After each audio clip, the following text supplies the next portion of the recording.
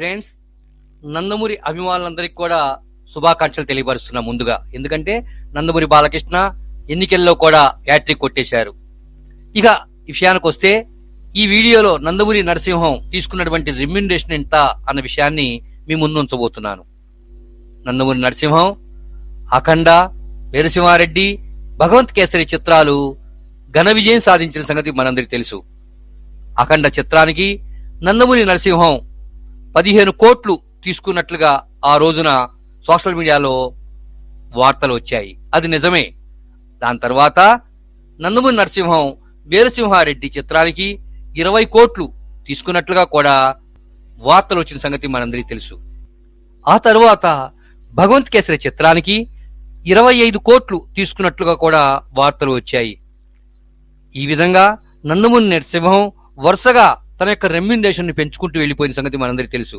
అయితే ఇప్పుడు అందినటువంటి వార్త ప్రకారం నందమూరి బాలకృష్ణ యొక్క BB4 చిత్రానికి 150 కోట్లు ఖర్చు పెడుతున్నట్లుగా వార్తలు వస్తున్నాయి. ఇందులో ఎంత నిజం ఉందో తెలియదు కానీ, ఈ చిత్రానికి 150 కోట్ల బడ్జెట్ అంటే అటు అభిమానులు, ఇటు ప్రేక్షకులు, అదేవిధంగా నిర్మాతల బృందం వారు కూడా ఆశ్చర్యపోతున్నారు.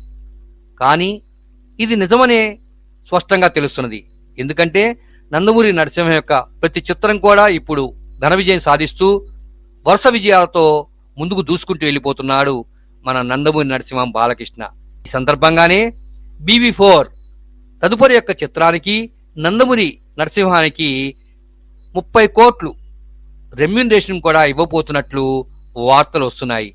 ఇందులో ఎంత నిజం ఉందో తెలియదు కానీ, ఇది ఇచ్చారన్న వార్త మాత్రం అభిమానుల్లో ఆనందం కలిగిస్తుంది. ఎందుకంటే వరుస విజయాలు, వరుస హ్యాట్రిక్లు కొడుతున్నటువంటి మన నరసింహానికి ఇది తక్కువ అని కూడా అభిమానులు అంటున్నారు.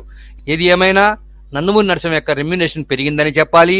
25 నుంచి 30 కోట్ల వరకు రెమ్యునరేషన్ రేంజ్ లో ఇప్పుడు నందమూరి నరసింహం ఉన్నారని ఖచ్చితంగా చెప్పేస్తున్నది మా మహానంది టీవీ.